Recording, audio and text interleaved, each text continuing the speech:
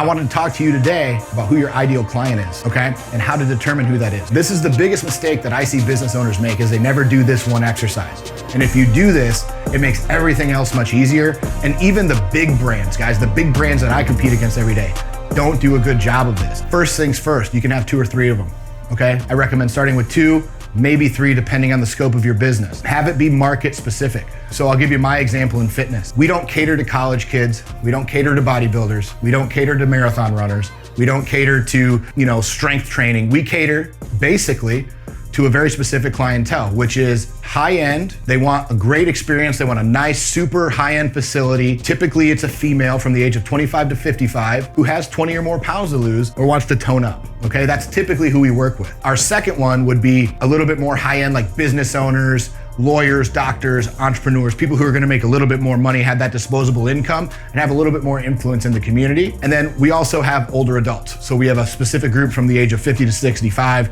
that we do, okay? And these are our 3 main target markets. Now, the thing with identifying target markets is once you have the identified target market, now you can identify pain points and solutions. This is the biggest thing that most people miss. The pain point for a mom of 2 who has 40 pounds to lose, it's much different than a 60-year-old guy who wants to lose 15 pounds and just wants to work out 3 times a week to improve his heart health. It's also very different than maybe a business owner who's in great shape, who just doesn't want to create his own workouts, wants to come in and get pushed hard 4 or 5 times a week and get personal training for 90% less of the cost, right? Save himself a boatload of money for the same result. Those are 3 different specific people with 3 different specific groups of pain points.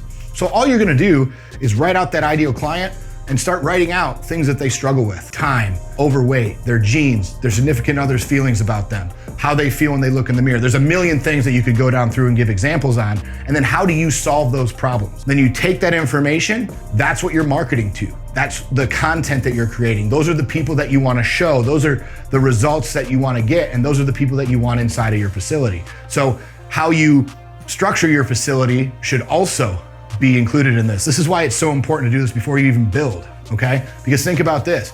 Let's say that house mom is your client. Do you think she wants to go into some industrial warehouse with no lighting and a bunch of concrete on the walls with no air conditioning and a bunch of squat racks? No, that's not what she wants, right? She probably wants to come in, well-lit area, probably close to other convenient places that she's gonna go anyway.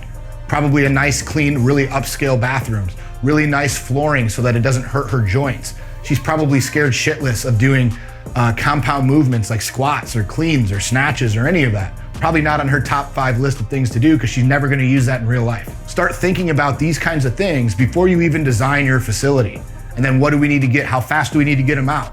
What else are they gonna need support with? What else does this person struggle with? And you start answering these questions, and this is your business model, guys.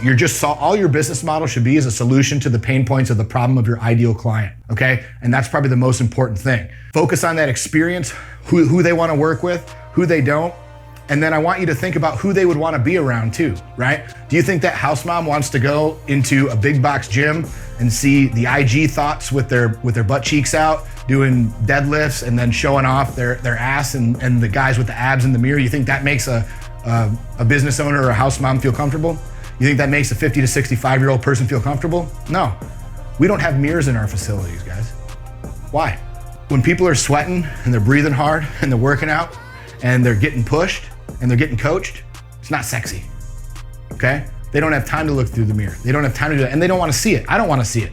When I'm getting my butt kicked in a 30-minute HIIT session, I don't wanna see what I look like. I know what I look like. It's not good. That's why I'm there. So I want people to understand that this is the whole ambiance of everything that you do, is identifying this ideal client, making sure that you understand who's coming in, what they would want, what would make them happier, right? The quality of the product. If I was opening a gym for dudes who just wanted to lift some weights and go home, what would it be? Would the price point be lower? Would I care if I was in an industrial area? Would I care how nice the flooring or the bathroom was? Would I care what kind of equipment there was? Would I care if it was new or used? Would price be a point? Would somebody at the front desk be a point? Would I need supplements? Would I need a smoothie bar? What are the things that they would actually want and use inside of that business that would be advantageous for you to have? And again, that's why this question is so important. And again, this video probably should be my most watched video on planet Earth because it's so good and it's something that's literally brought us to where we're at. Where we're at's pretty good and where we're going is even better.